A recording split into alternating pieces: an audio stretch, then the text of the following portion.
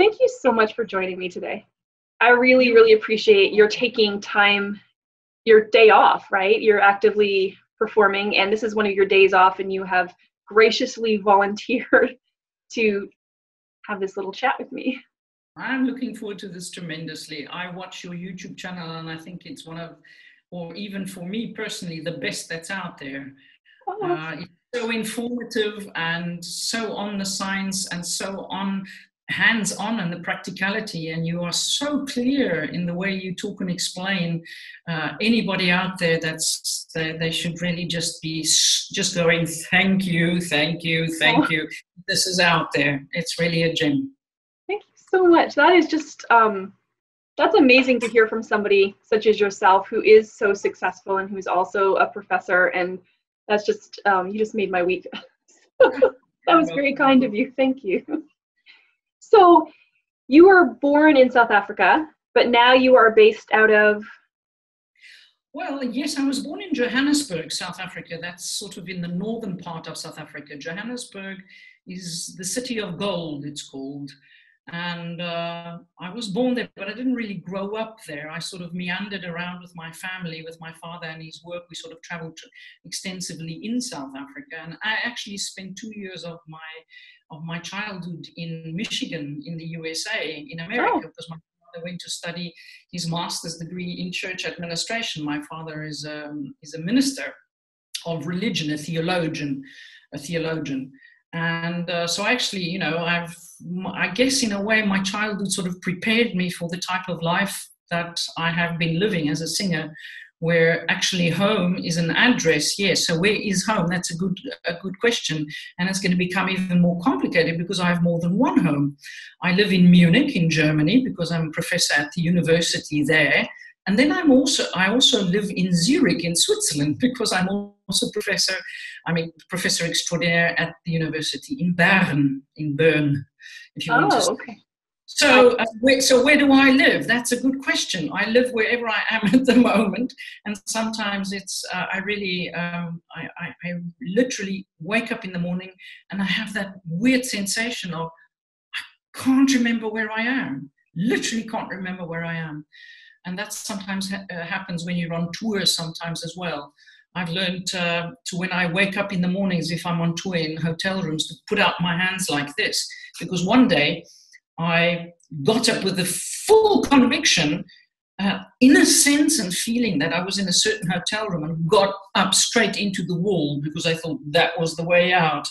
So, yes, living on the road can be quite interesting with your suitcases. And where I am at present, I'm in Torino, the wonderful, beautiful, regal city in the northwestern part of Italy, where I'm singing Tristan and Isolde, Wagner's wonderful big opera, and I have the opportunity to stay in a beautiful little apartment, so it's home away from home. Nice. So I would love to interview you again sometime and talk about the life of an opera singer, and talk about somebody who's actually working and touring and singing at the major opera houses in the world.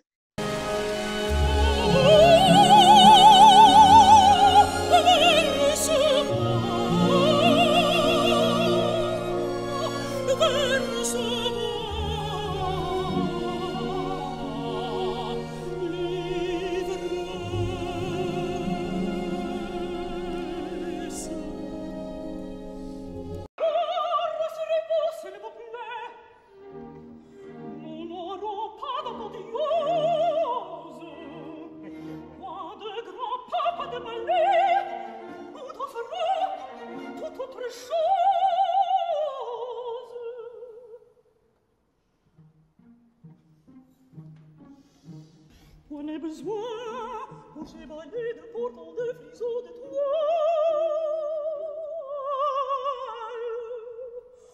Nous aurons le bois parpellé et vous chanter des étoiles.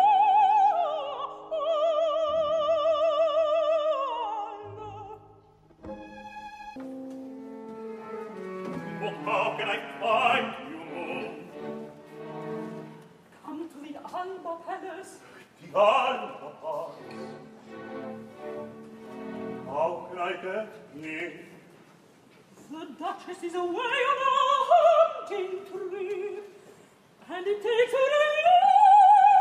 a long time to catch what she's hunting for. Thank you. I've been very blessed and very fortunate to have been able to sing in amazing places and meet wonderful people and wonderful colleagues, wonderful conductors, wonderful, colleagues and directors and people that have inspired me. I've learned a tremendous amount. And many times I have to pinch myself as well to go, gosh, did I really sing there? Did I really do that? Because I'm somebody that lives very in the now. I'm not one of those singers that takes out my reviews and sits on the porch, sipping a juniper tea going, oh, just look at all the things I did, It's so far from who I am as a person that sometimes when people remind me that I did certain things, I go, what? I did that? Really? Or if somebody suddenly posts something that was recorded or something, I mean, gosh, I sang that, did I really? So I guess sometimes I do get tickled, but mostly I know because I'm a person of faith that I'm very aware. I didn't do it all on my own, but I'm very thankful. I'm very thankful that I've been blessed to be able to have sung and had the career, and still am singing and teaching at the same time. Sometimes it's a bit schizophrenic, but it's actually quite interesting.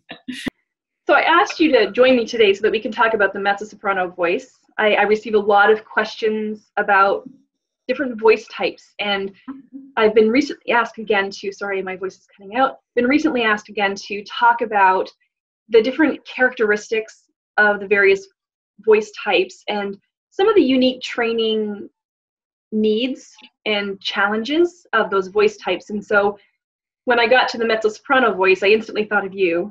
I thought that you would be a perfect person to discuss this with me because you are an actively performing professional mezzo-soprano and you're also a singing teacher. So you have the best of both worlds in you right now. So let's talk, sorry about that. What did you say? Oh, great. So let's talk about the mezzo voice. The first thing, I think that there are some assumptions I think that we make about the mezzo-soprano voice. The first is that mezzo-sopranos can't sing high. Yeah. I'm sure that you can debunk that myth. I've heard that one, yes. What's the other one? Or what are the others? Well, we'll start with that one first, though, because I know we were talking about this, we're communicating with this via email, and we're talking about how, there are definitely some operas where mezzos have to sing as high as sopranos do in various repertoire, and it's just, right. Let's just talk about that. Let's just listen to the word mezzo-soprano. Once again, mezzo-soprano.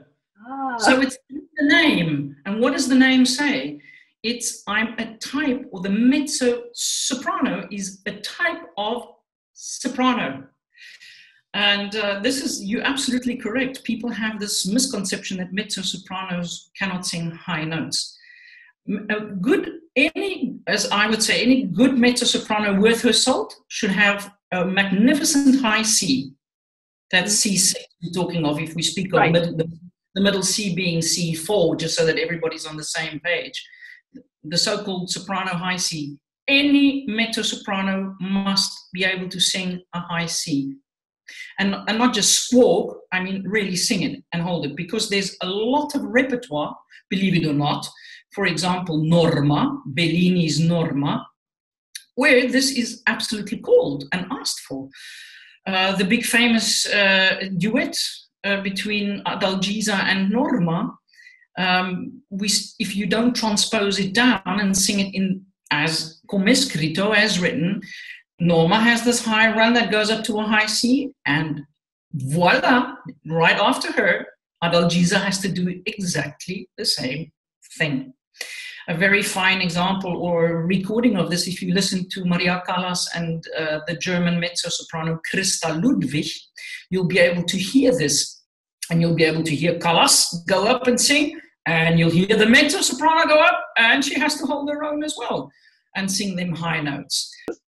Or if, you know, we're speaking about high notes, like the beginning of the Chérubin, as I wrote to you, sort of saying, it's the Massenet Chérubin. That's quite a daunting entrance for any mezzo-soprano. You come out, that's your first entrance into the opera, and it's this, whoa, it's this huge big splash.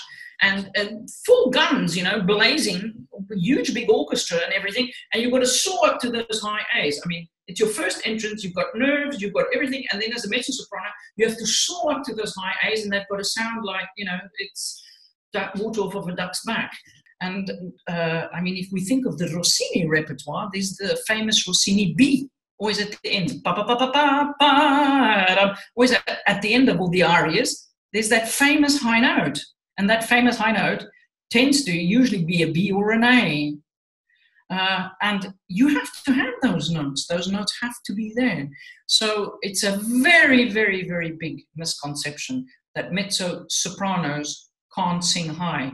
It's in the name, mezzo-soprano. We are a type of soprano.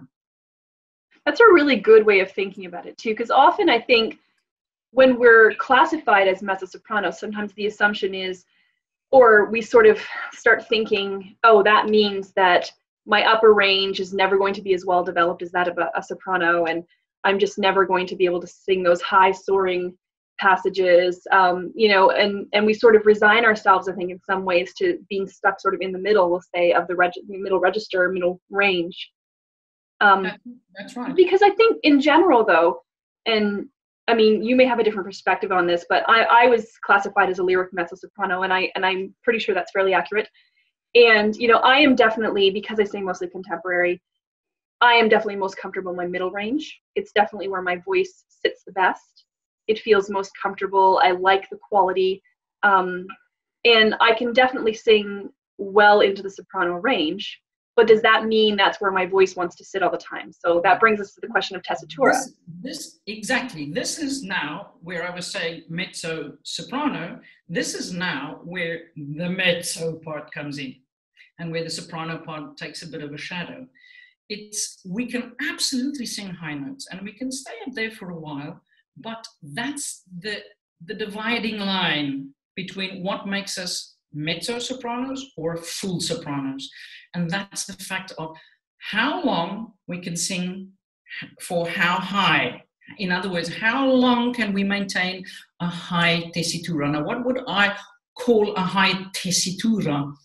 A very good friend and colleague and famous singer as well, Violetta Urmana, started out as a mezzo-soprano and then later as some mezzo-sopranos, which I'm sure we're going to talk about, flirted a bit with the soprano part of her voice and landed up singing quite a bit of big, heavy soprano repertoire because she was quite a hefty, big mezzo-soprano in her sound. She used to say, I count how many high G5s there are, and then I decide, and then I can see, if I think and I'm plotting a graph, if the roll sits up there too long. And if it sits up there too long, then the tessitura is too high. And I know, be careful. It's going to be tricky to sing up there all the time. So I think that's a very, very, to me, that's the deciding factor, is really, can you maintain a high tessitura? And if you want to try out the soprano part of your voice, because if you have an easier top and you've learned that mezzos do have high notes, and you've learned to access it, and you've lost your so-called fear, and you've really know how to transition from the passaggio, which we can talk about in detail, second passaggio, and go up into the head voice, and you can find that you can spin and play with your high notes a little bit more. You might think, hey, how about looking at this in the soprano role? Of course, not all soprano roles are going to be suitable. There are some sort of lower soprano roles that you're going to find that might be a little bit more accessible. And then it's a question of training, I have found out. I actually did a little experiment of my own. Now in June, I sang Ariadne in Ariadne of Naxos. Now usually I sing the composer. And I was then actually asked for a big gala concert at the Richard Strauss Festival if I would consider singing the last part where the tenor comes in when Bacchus starts singing Sirte, Sirte, he calls her. That sort of, I would say the last 3/4 of an hour of the opera. And at first I was like, oh gosh, you know what are about, but I sing the composer.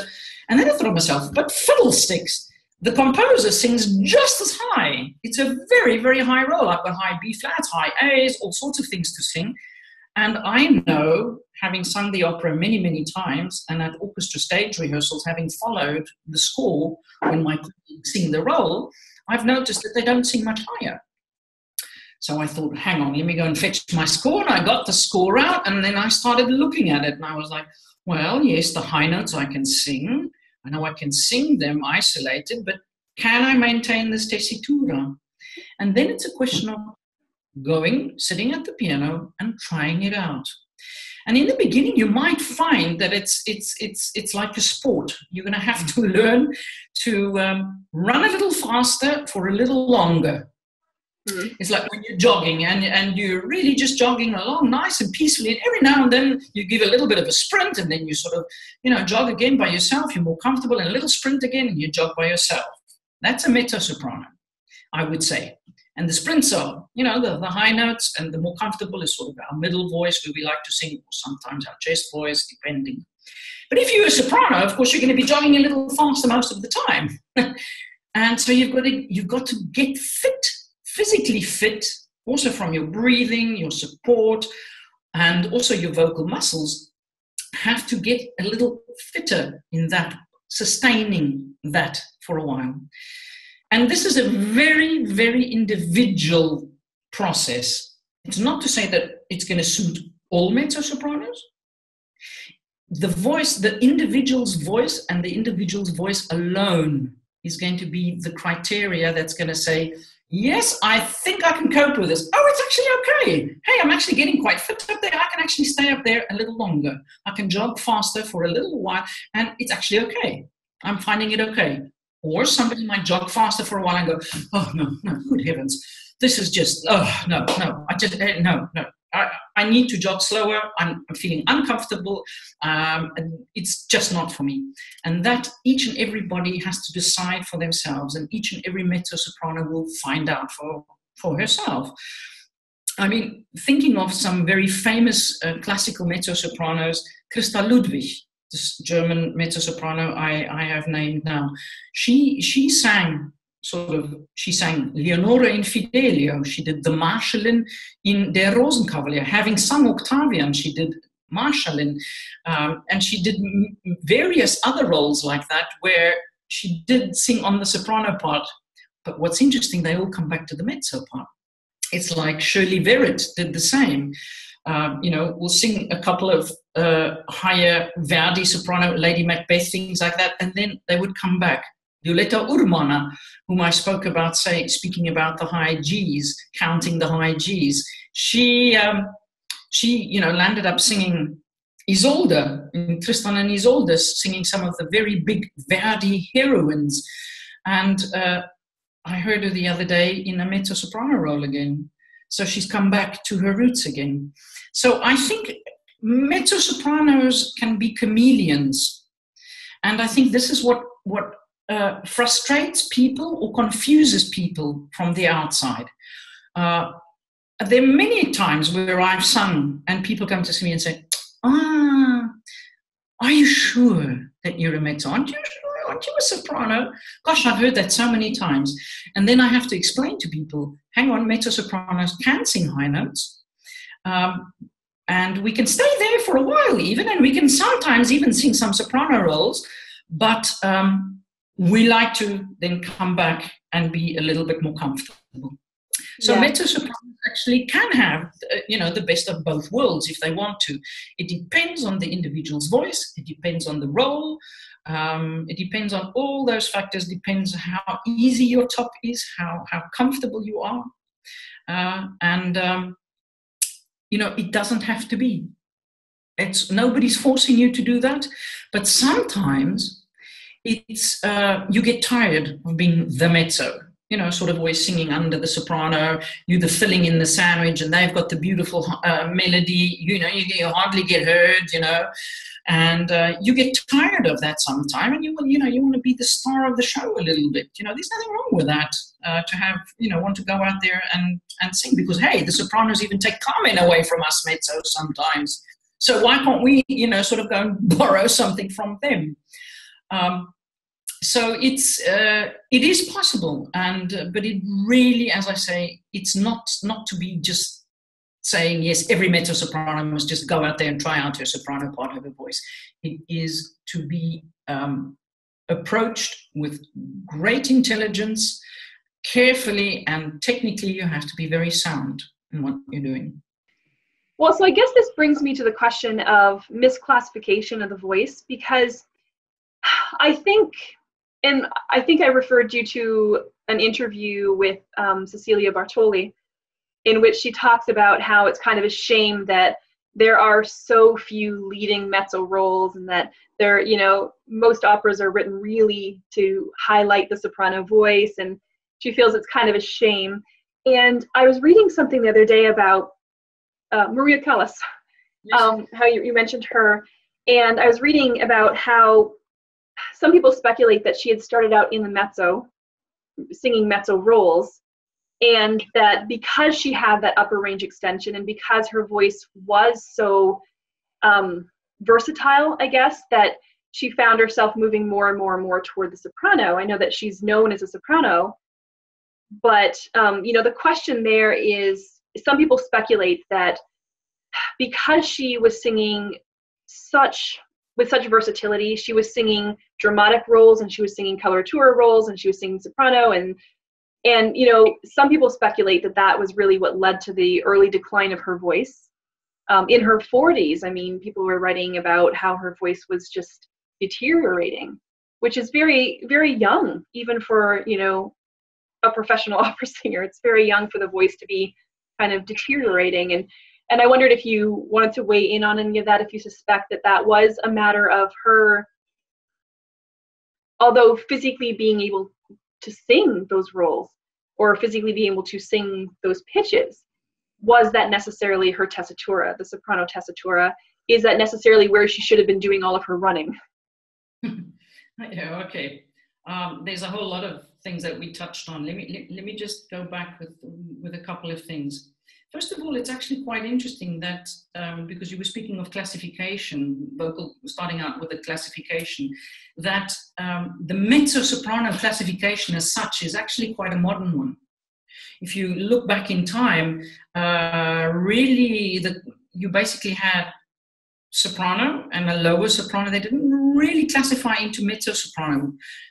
And you found very often that the other female in an opera was maybe the mother figure or something like that, and would be sung by a much, much older person, which would be more like a contralto or something. Right. If you take Verdi, for example, all his other female roles, like if you do Don Carlo, you know, you've got your Eboli, who's your mezzo-soprano, which could be sung by a soprano too. So the classification of the mezzo-soprano voice, I feel, is actually quite recent. And even if you look at scores where, for example, in Wagner's scores, you'll have hohe Sopran, tiefe Sopran, a higher soprano, lower soprano. But it doesn't say mezzo-soprano, it doesn't classify into that category. Only when you start in the early 20th century, you start finding more, as far as I know, I speak under correction, you start finding far more clearer descriptions saying soprano, mezzo-soprano. But earlier, it wasn't really it didn't seem to really be such an issue as such. I know that the two ladies that sang the original performances and the premiere of Norma, one night would sing Norma, and then the other night they'd sing Adalgisa, and they would swap between the two because they sing exactly the same vocal line as said.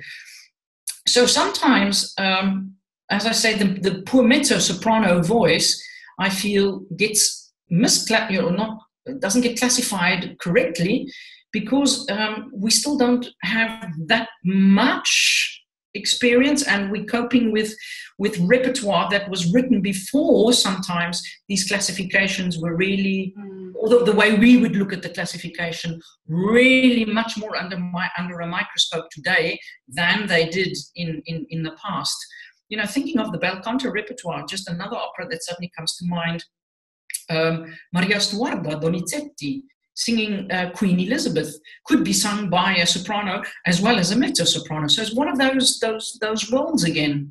So what makes a mezzo a mezzo? It's a very, very good question. And now coming back to your thoughts on Callas, a lot of dramatic sopranos start out sounding like mezzo-sopranos because of the nature of their voices. They, in general, not all of them. Of course, generalizations are odious, as we know, but generalizations also do arise because it is a phenomena that sometimes the same thing does happen more than once, which makes us generalize.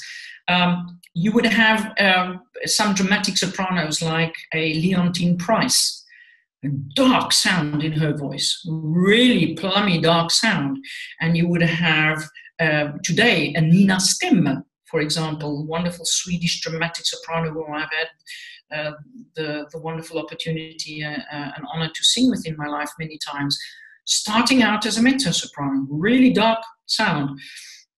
But then, of course, you have your Birgit Nielsen's, who have that really high dramatic soprano who has that more silvery type of sound in their voice, more slender. And Callas maybe did start out absolutely having a darker timbre, but the timbre alone does not make a mezzo, because we have rather soprano-sounding mezzos today. For example, Joyce DiDonato, or a Flicka von Stade, or even Elena Garancia, are sort of more in timbre, are very light and brighter sopranos.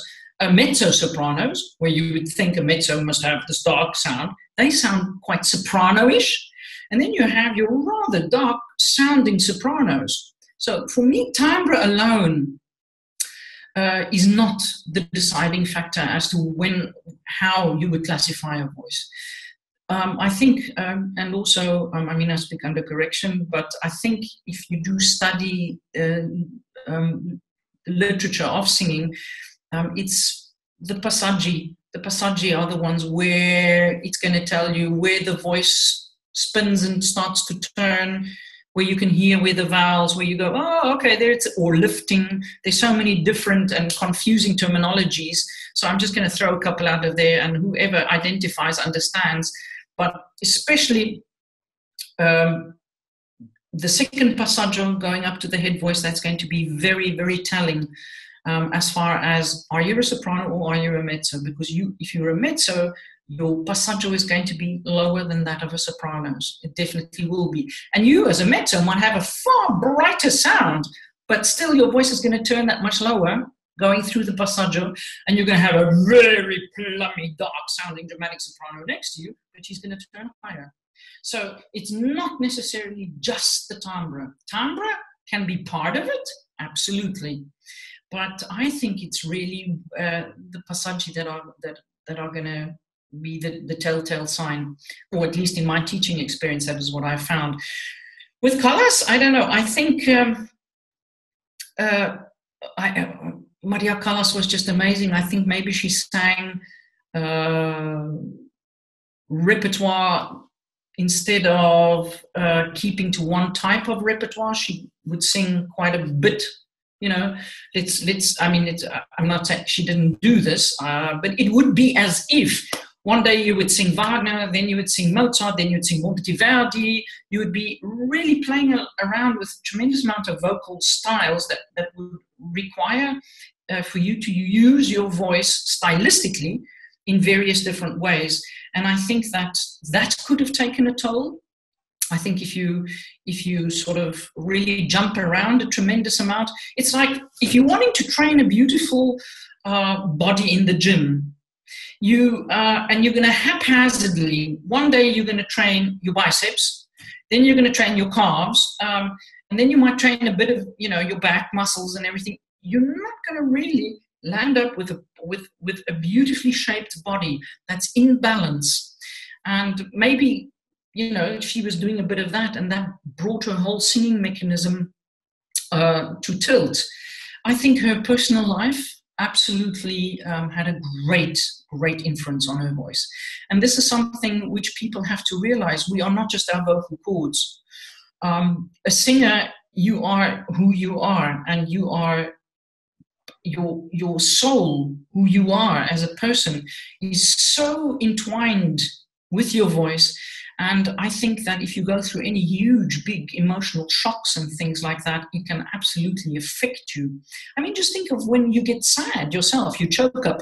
What happens? Your voice gets all choked up and teary, and if you've got to talk, and there it goes. So I think Maria Callas, being a very passionate person, if you just look at her performances on stage, being a real, and some of her legendary fights she had with colleagues where, those photos with those eyes flashing, really being, the diva in the wrong sense of the word, or the prima donna. I think maybe her personal life took a greater toll also, and her singing maybe then at a certain part of her stage of her life maybe wasn't her priority. And it's something that you have to know, the older you become when you sing, the more you have to practice, the more you have to sing. It's a fallacy to think, oh wow, I've studied, I've worked, I've got experience, I know how. You are going to, as a singer, be studying for the rest of your life, because your voice, you are going to have to work and accompany your vocal progress and your vocal condition at every stage of your life. And being a woman, being a female singer is even so much more important, because the older we become, we have far bigger hormonal changes that take place in our bodies, which do affect our voices. And some young singers think, this is going to sound maybe really weird what I'm going to talk about now, but it's really very relevant, and people don't talk about it honestly and openly enough.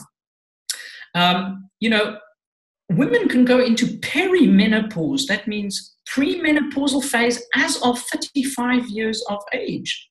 35. Now you were thinking, wow, I've arrived. Now I can really start singing. But there are slight hormonal changes which will start taking place within your body.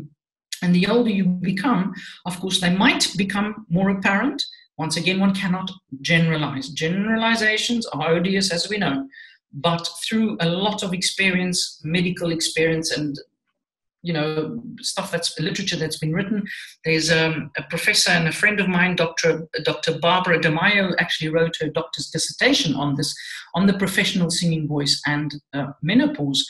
And women are in a perimenopausal phase far longer as female singers in their life than they think, and this does affect and can affect the voice quite a lot. And maybe in the time when Callas was singing, they weren't quite up to all the signs or really speaking about it openly. And I know I spoke to my teacher, whom I studied with in South Africa, Dr. Nelly Dutoit. And when they usually start going into vocal crisis, it usually has something to do with that. And either you stick to it, go through it, work with it, and as I say, then you have to realize you have to work so much harder, more diligently at maintaining vocal flexibility, vocal strength, and carrying on building and working with your voice.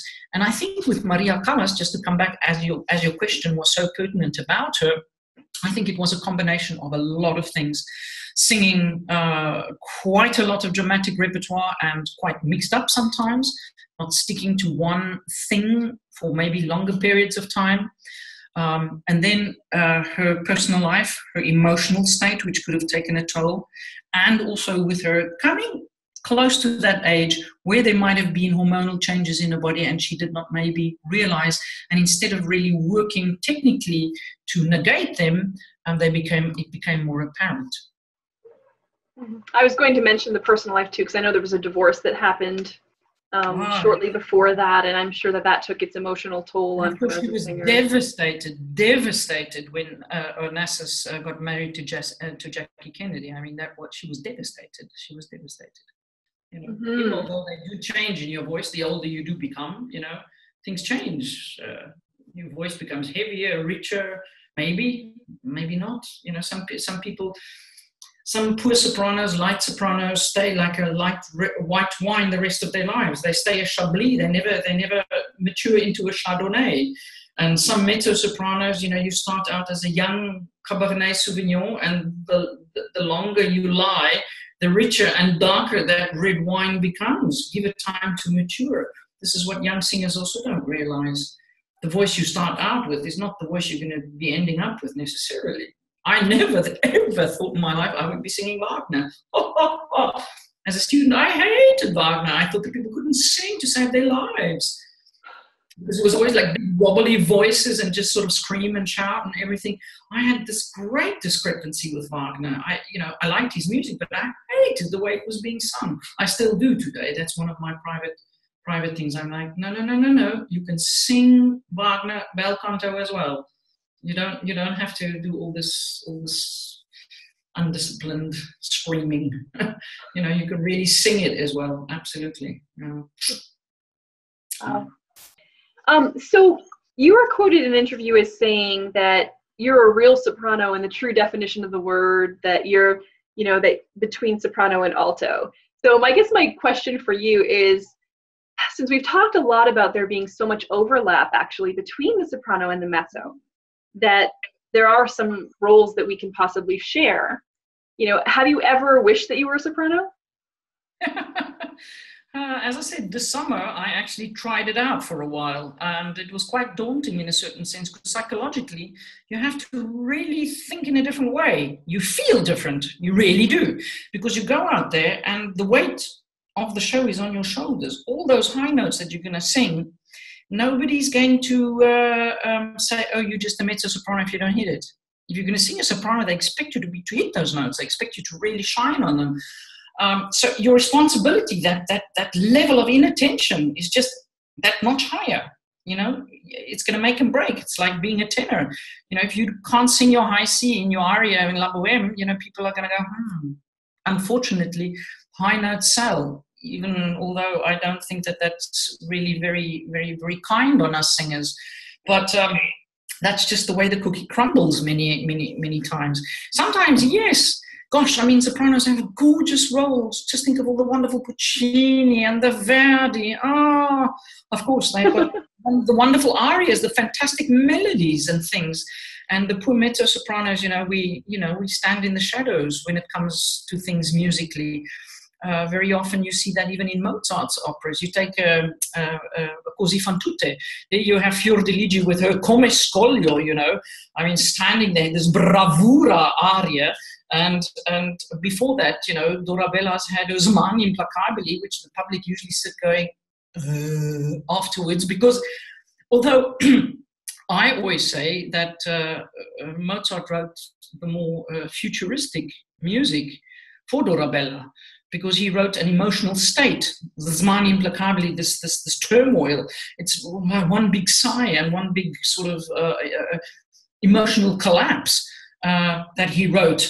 So it was actually quite futuristic in if you look at Mozart's operas being arias, quite in a very strict form and built up in a very strict form. Then you have this rather inspired aria, but it's not, the public don't really perceive it as such. So you as a mezzo-soprano go and sing a very, very difficult aria. It's not easy because you're singing in your zona di passaggio all the time. You're singing there all the time, and it goes past in a flash, and the audience sort of go. And there you've got Fiordiligi just a little bit later singing and has all the high notes and the runs and long, beautiful phrases and the most noble of melodies. And, the audience just go, wow, afterwards. So, yeah, the poor mezzo-soprano from that standpoint of view. But I enjoyed being, singing all of these things and singing the ensembles and being the harmonies on the inside. I always used to say to them, you guys are the bread. The sopranos do the bread, but we the filling. You can eat bread on its own. Tastes nice for a while, but the filling is always more interesting. So, yes, it's wonderful if you can sing beautiful roles, and there are some wonderful roles for mezzo-sopranos too. Charlotte, Bertin, that's the Tosca for us. That's our Tosca. We have wonderful, in the French repertoire, there's stunning, stunning roles. You've got Les Troyens, Berlioz. Berlioz wrote a tremendous amount for this type of second soprano or lower soprano type of voice. You'll find a tremendous amount of wonderful mezzo-soprano repertoire where you can have wonderful lines to sing and really, have something more meaty than just sort of being the boys or the witches or the grandmas, which people think that, tend to think that that's all mezzo-sopranos have to sing. Or your Romeo in Capuletti Montecchi, or your wonderful Queen, Queen Elizabeth in Maria Stuarda, Octavian, the Rosenkavalier, the composer, Ariadne of Naxos. I mean, we do have really some sensational roles, beautiful roles as well. And I'm not going to even speak about Karyn. Karyn is a creature all on its own.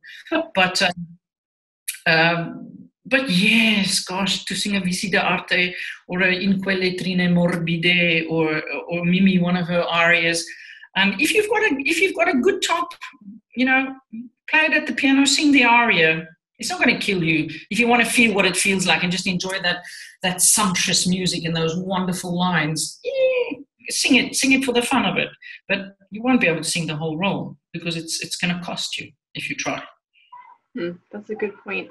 Well, it brings me back to that interview with Cecilia Bartoli, in which she talks about how there is sort of a shortage of leading roles for mezzos, and how she feels as though there was a time when composers had such an intimate relationship with their singers that they would compose roles specifically for those singers, for their particular voices. And she feels as though that kind of relationship is lacking today, that we don't have such a close relationship with modern composers, that they're actually composing music for our unique voices.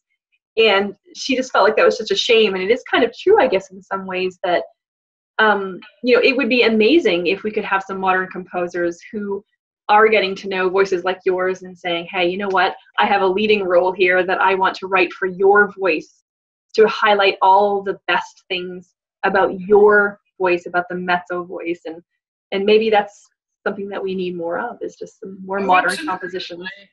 I know Cecilia. She lives in Zurich, so we do run into each other at the opera house every now and then. And she's been really quite instrumental in digging into the archives and finding a lot of Baroque music, early Baroque music that has been forgotten, because of her quest to find new things to sing, because she's basically sung everything that she can sing. And then one does sort of go, what else? What else is out there? And her voice is of such a nature that she won't be singing the bigger dramatic roles, mezzo-soprano roles. So she has been, delving away and finding, and thank heavens, has brought to light a very, very interesting repertoire, which we would not have known if Cecilia hadn't really delved and gone to find it. Yes, modern composers. There are some modern composers who would write for mezzo-sopranos, absolutely. But I think it's also something in our minds. We just automatically think that the leading lady is the soprano of the show, which is actually interesting, because I sang the opera with Plácido Domingo, Goya, by Menotti, where the leading lady of the show is a mezzo-soprano, Duchess Alba. And I sang the Duchess Alba, and she's actually a mezzo-soprano, and sort of the crazy flipped out character is a high coloratura. The queen is a high coloratura soprano. So it does happen, but rather rarely. But you tend to have your French music.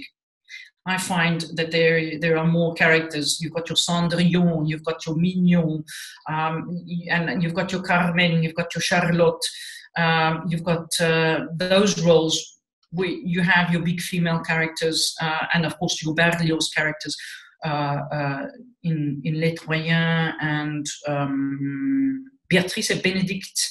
You have all of those leading ladies who are mezzo-sopranos, that are mezzo-sopranos. So it might not be the most popular music. It's not going to be your Puccinis and your Verdis. It's going to be maybe for the general public a bit off of the beaten track music, but it is there. But of course, it would be fantastic if we had composers these days that come and listen and ask you about your voice and really compose something that really suits your voice, like a glove should fit your hand. I mean, what a luxury! I mean, absolutely sensational. We can only dream of that. Yeah. It would be. I, for one, have always appreciated sort of the warmth and roundedness of the mezzo voice as compared to the soprano voice. It was never a desire of mine to be a soprano. It was just, I've always been happy kind of sitting in the middle. And I always kind of say, I do the same thing when I've purchased guitars, for example. I always go for something that has a really warm timbre, not anything that's very bright. I've just always I love that warmth and roundedness of the sound. And when I was younger, before I really started studying voice, I really had no appreciation for opera, as a lot of younger individuals as the case with younger individuals for the most part. But I just remember that it was the sopranos who actually turned me off of opera, because so many of them were so bright and so shrill, even to the point where they sounded like they were sort of screaming their higher notes. Yeah. Sorry? Screechy cantatrices. Yes, they were just sort of screaming their higher notes. And it just, to me, it was, if that's what a soprano is, then I don't want any part of it. It was just never something that I loved. But I did tend to like the lower voices, the middle of the road voices, even the tenors, if they're lower and they have a nice warmth and depth to them, I'm okay with the tenor. But the soprano voices were always just kind of a turn off to me. And I admit it. But then, as I got older, I started to really appreciate more. But I think I also became exposed to the better soprano voices, the ones who aren't screechy. The ones who have some of that warmth. The beautiful Renée Fleming, whom I've also sung with, yes, those beautiful round sopranos that even if they go up and sing in the sopracuto, right up in their high C's and A's and high B's, their voices are, round and rich, like a dark, sort of caramel honey colored, Yes, oh, absolutely. There are sopranos with, as I said, this is the thing. Timbre, for me personally alone, is not necessarily the thing where you can say, yes, this is this timbre, that's that voice type. But I do agree. I'm also somebody that does like the warmer sounds, I think. But I think it would be in general, people won't like a very shrill and harsh sound. And sometimes because of the higher frequencies, I feel sorry for the very high coloraturas, because that's where they live all the time. As somebody said one day, somebody was practicing. Somebody said, "That's not a voice. That's ein Zustand," as they say in German. It's a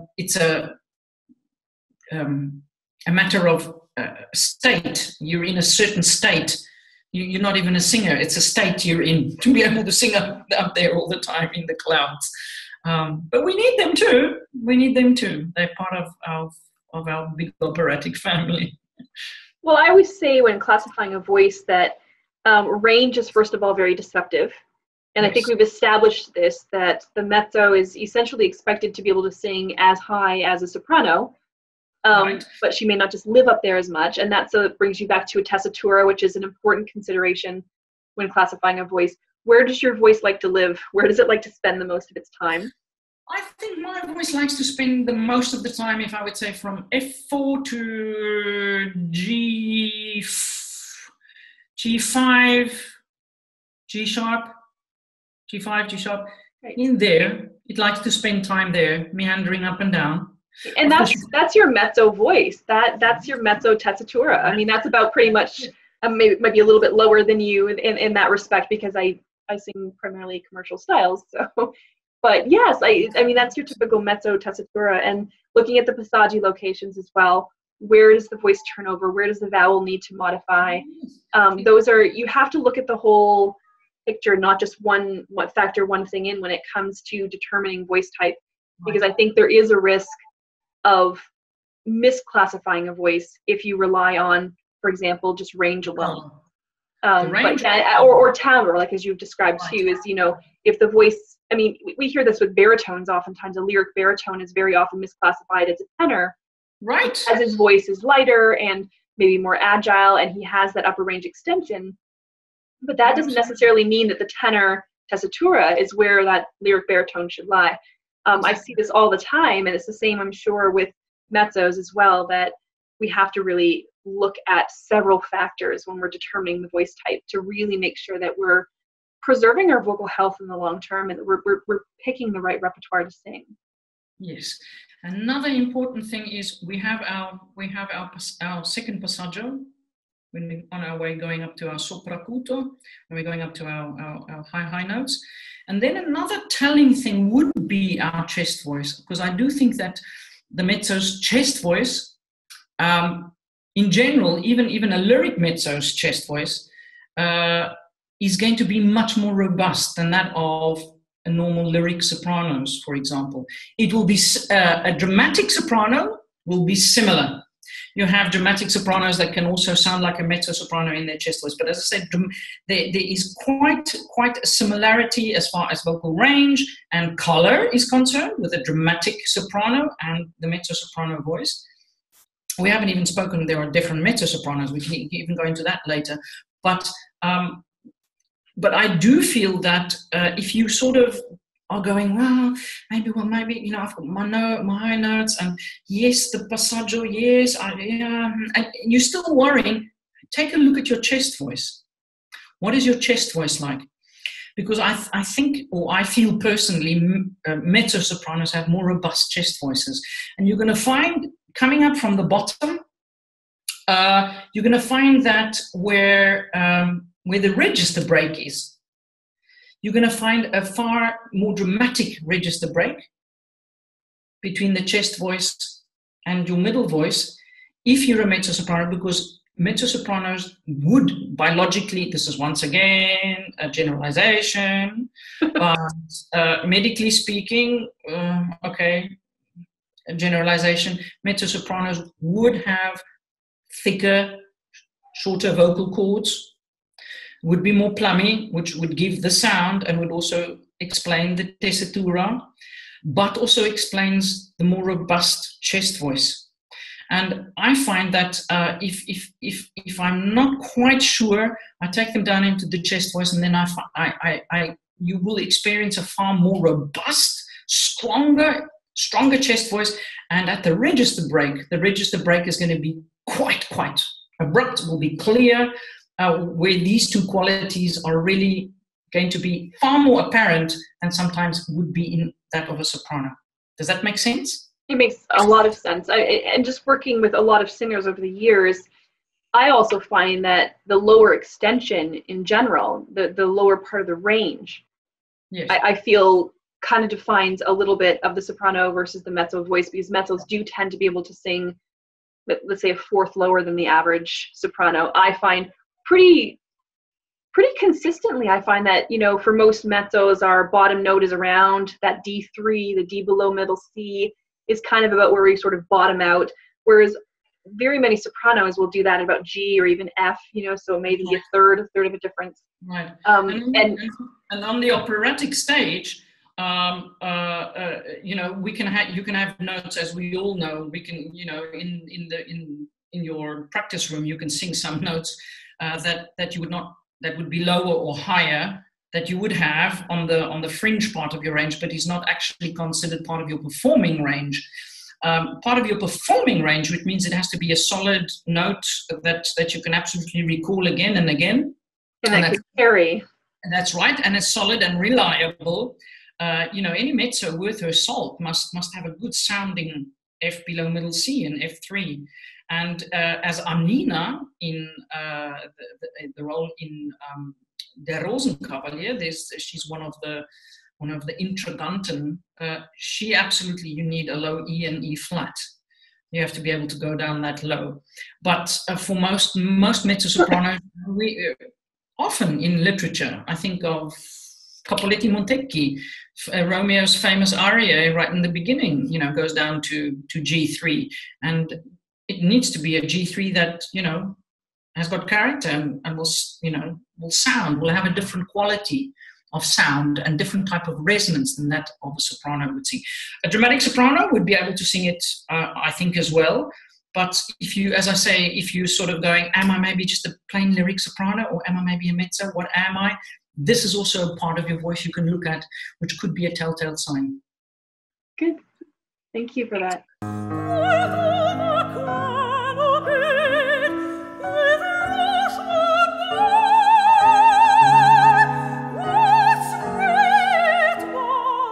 Scream